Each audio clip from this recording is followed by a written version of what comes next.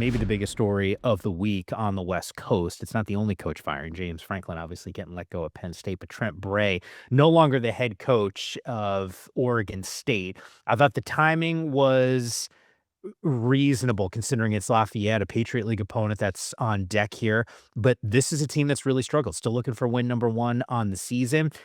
We've had these conversations before, and Nigel, I'll give you first bite of the apple. This like the biggest thing that resonates when you hear, because you've interacted with Trent a whole lot this season, working those sidelines last 2 years for the CW. Way to be a company man with the shirt, by the way. What sort of stands out in your time with Trent and the reason for this move by Scott Barnes? Yeah, I mean, look, it's personally on a personal level, it's rough when I see any coach gets fired, especially a guy that I've known since he was 19 years old. I coached when Trent played there. I've watched him as a young coach develop. Um, you know, it's funny when we had our little viral moment on the CW at halftime, my son made the comment like, "Dad, Trent was talking to you like you were just friends and forgot that there was a camera there." Like that's we were close in that way. And so, like, I'll be honest, I went on vacation.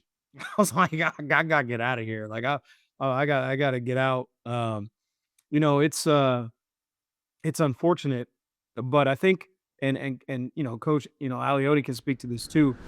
If you've done this long enough, you can feel when it's coming. And there are times when I feel like it's unfair, right? I think the James Franklin thing is unfair, right? They lost a heartbreaker to Oregon. You can say what you want to say about the UCLA thing, but I think Jonathan Smith just figured out UCLA is a pretty good team. They just couldn't figure it out for some reason. But when your team is making mistakes that there are different types of mistakes, right? You can lose football games if you're just playing against better competition, and they did in a lot of points. There were just guys. Oregon is a much more loaded team than Oregon State.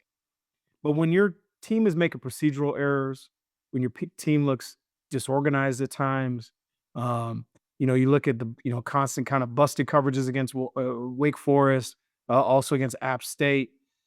It gives the impression that you're disorganized. Now, sometimes on the inside, like no, like this kid knows this thing backwards and forwards. Like he just had a brain fart.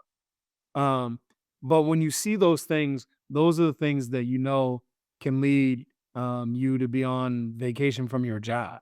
And I think just so many of those things just started to add up that I think ultimately Trent couldn't overcome them. So I mean, Coach, I don't know what your thoughts are, but that's the way I saw it.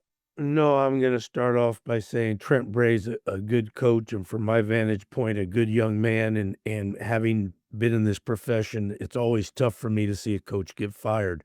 That being said, Nigel hit on the nose. When it gets chaotic and it just seems like it's out of control, and that's kind of what it seemed like at Oregon State. And then Trent never embraced the CEO, listening to Barnes talk, never embraced how to be a head coach. He still was a coordinator, good coach, but maybe wasn't ready. And then this fans are starting to lose, fan support. All that stuff adds up. But I think the biggest thing that happened that is why he got fired, not why he got fired, but the reason they could fire him is somebody stepped up or some buddies stepped up and said, "Hey, we're going to pay for this salary. You can get out of this." Look, the Yeah, and financial piece, yeah, is sorry, Nige, go for it. yeah, and I'm sorry, Mike. I think there's some other things that coach started to touch on are also in play. You're going into a new conference, right? And so, there's this idea that if there's not some forward momentum, like we gotta sell some tickets, we gotta do some things.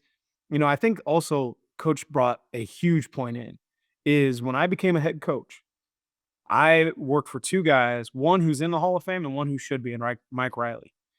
And I worked for Chris Hall, who is in the College Football Hall of Fame. And I watched guys who were way smarter, had more experience than me, make some procedural errors sometimes as a head coach because they were calling plays, right? And so I just was like, look, I know what I don't know, and I know like I'm not doing that. Like, and there were times that I had to let go of my defensive coordinator when I was a head coach at one point. Um, Who was a good friend of yours. yeah, who was like the tightest guy that I had, but like I just knew that I could not do that job and also be the CEO, like Coach Aliotti's talking about. So I think that was probably if Trent looks back on it, I think that'll be the biggest mistake I think that he made was taking that position over as a defensive coordinator. And again, that's just kind of how it laid out. Yeah. Nick, what's the profile of the coach that would be a good fit there? That's a great question. Corvallis is a unique place, but I think you can win, especially in the league, the Pac-12 next year. When I look at all those teams, you could win that league.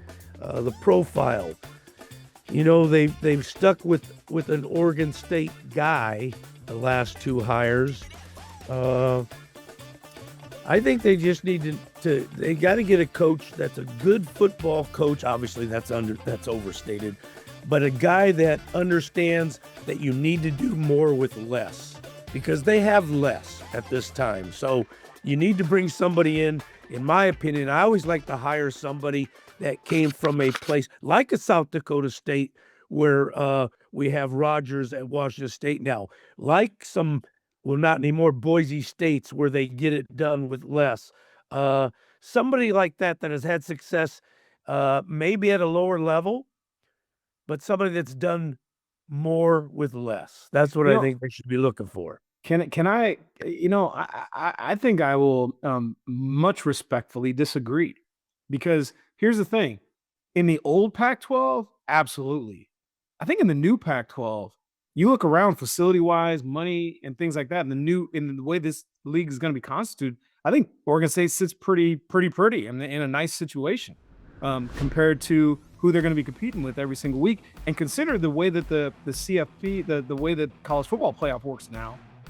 If you win that league, you have a legitimate chance of getting in. So, it's not the old league where you got to do more with less than who you're playing against. You don't have USC stuff. You don't have Washington stuff. You don't have Oregon stuff. Now it's like you're looking around, you're going like, Wazzu's got pretty nice stuff, but we got pretty nice stuff, and we got better stuff than probably Utah State, and Colorado State did a really nice job in their remake, but we're at least in the top half, which that wasn't the case before. So, I think you can get a guy who maybe is used to having stuff and just say, look, compared to who you're playing against, you have stuff to get this job done. And if you win this league, you can find yourself playing with the big boys. Yeah. The stuff makes a difference, and I get that. And it's also a resource for the actual cash that you need to get players. And I think Najee talked about some of the issues that we saw on the football field from an Oregon State perspective, to be able to compete, because there's some other schools and we'll talk Boise a little bit later here in the show. Fresno obviously has had some resources and some good teams over the last couple of seasons. I'm with you. An opportunity. This is still a pretty good job here and an opportunity to play in a college football playoff game if you're able to navigate it. I know this is going to be a challenge for Scott Barnes to find the right fit. I thought they were going to take out Ole Miss, right? A close game to the bitter end. Watch out for this Virginia team, because I think people will see hey, 18th in the country, they're really good. They're legitimately very good. And there's a scrappiness to them that reminds me a little bit of what we saw from Washington State over these last couple of weeks.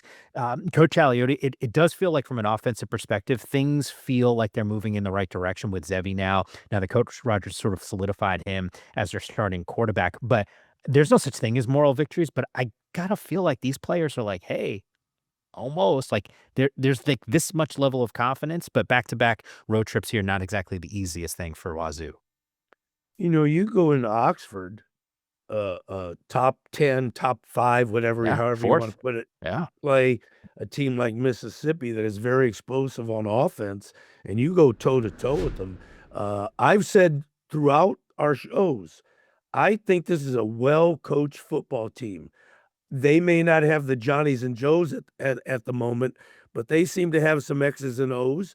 They're good on offense, good enough. Heck, they had the long run by Voorhees, the longest run in probably 18 years no, I'm kidding, at Washington State. Maybe. but no, they had a couple good runs with Parker last year. But Washington State is well coached. So I like watching them play. And when you're well coached and you're disciplined and you play hard, all those kinds of things, you always have a chance.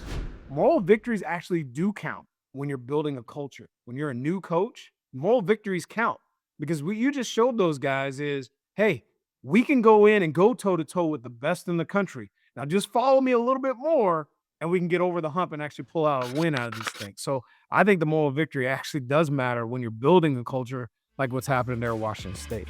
Oh, well, look, we'll see if that culture building is enough for you guys to make the pick. Wazzu against Virginia. Those game picks across the board coming up next.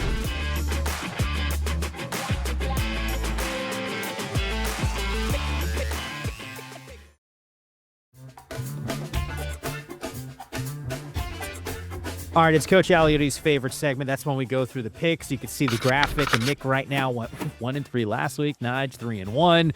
That puts you, Nick, at 9-16 overall for the season, and Nigel sitting pretty at 13-11. Let's get right to the picks. Mid-State, a 17.5-point dog on the road against Virginia. Nige. Go Cougs! Go Cougs!